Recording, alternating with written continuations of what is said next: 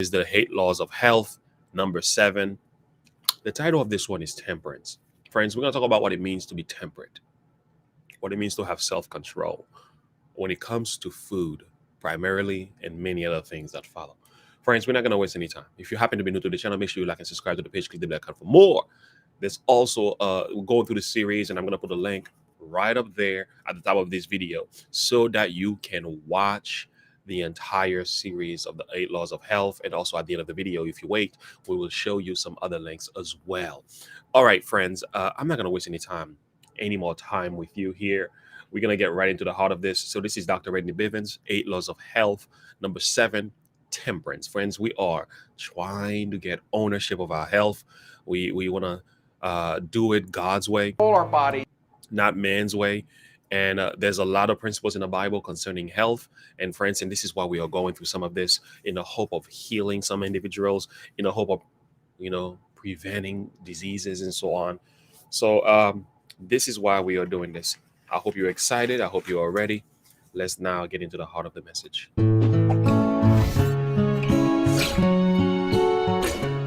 Hi, I'm Dr. Randy Bivens. Joy, temperance, and repose slammed the door on the doctor's nose. Although this was said in the early 1800s by Longfellow, it's as relevant as ever today. Think about it. Too much of anything is bad. Even drinking too much water can be deadly. Wouldn't you agree that we need to keep our habits in check? Take the sun, for example. Sunlight is a great example of moderation for health. It only takes a few minutes of full exposure in the middle of the day to convert adequate amounts of vitamin D.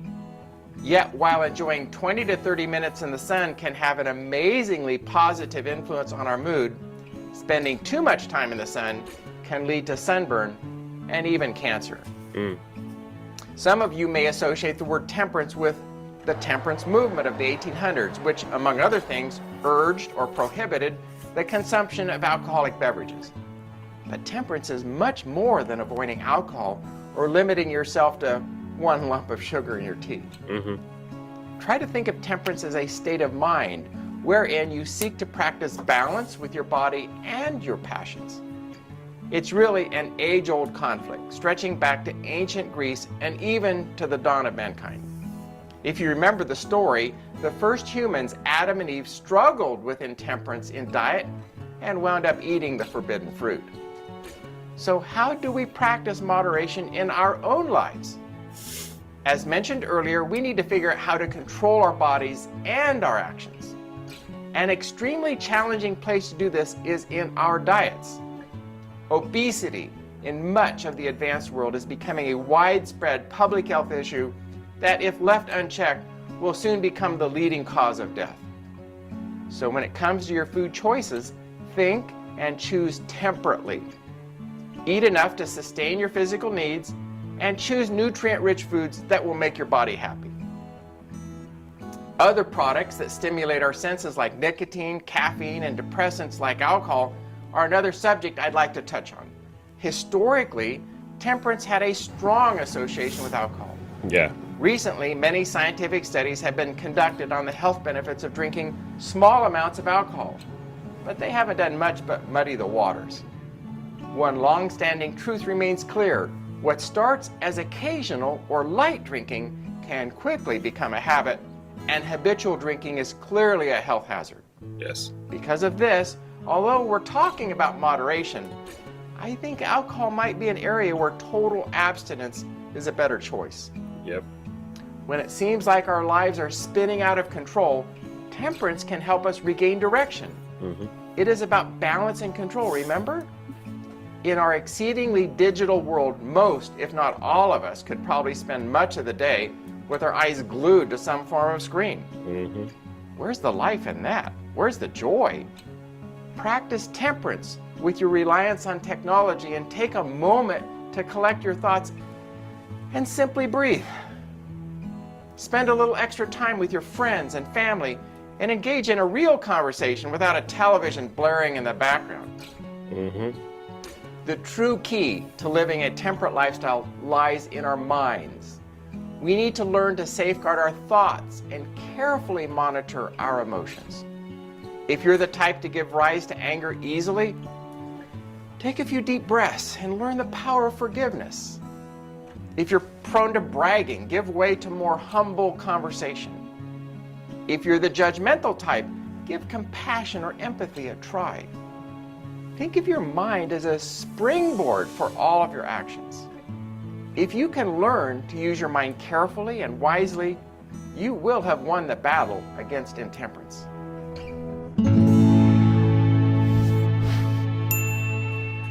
Crucial.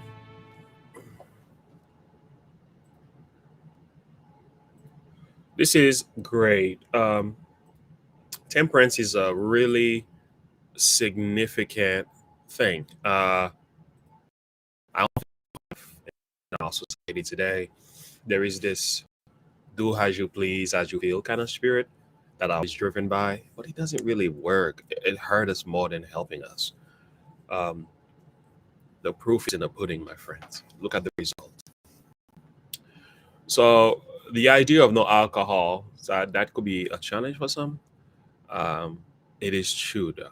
It works better that way.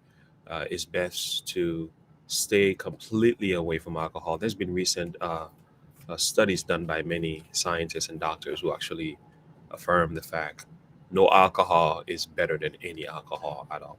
Um, because of what it does to the mind, and also over time, there is a there's a possibility of addiction and many other things that could happen. Um, but again, I love what he said about pausing from technology. I'm one of those guys who spends lots of time on videos. It is true. Uh, Recently, I'm like, yo, me and my family, we're going out, we're doing this, which we still do. We have plans and everything throughout the week with the children, everything. So I'm not always on the videos. I thank God for that. Plus, I work and everything, so which is great.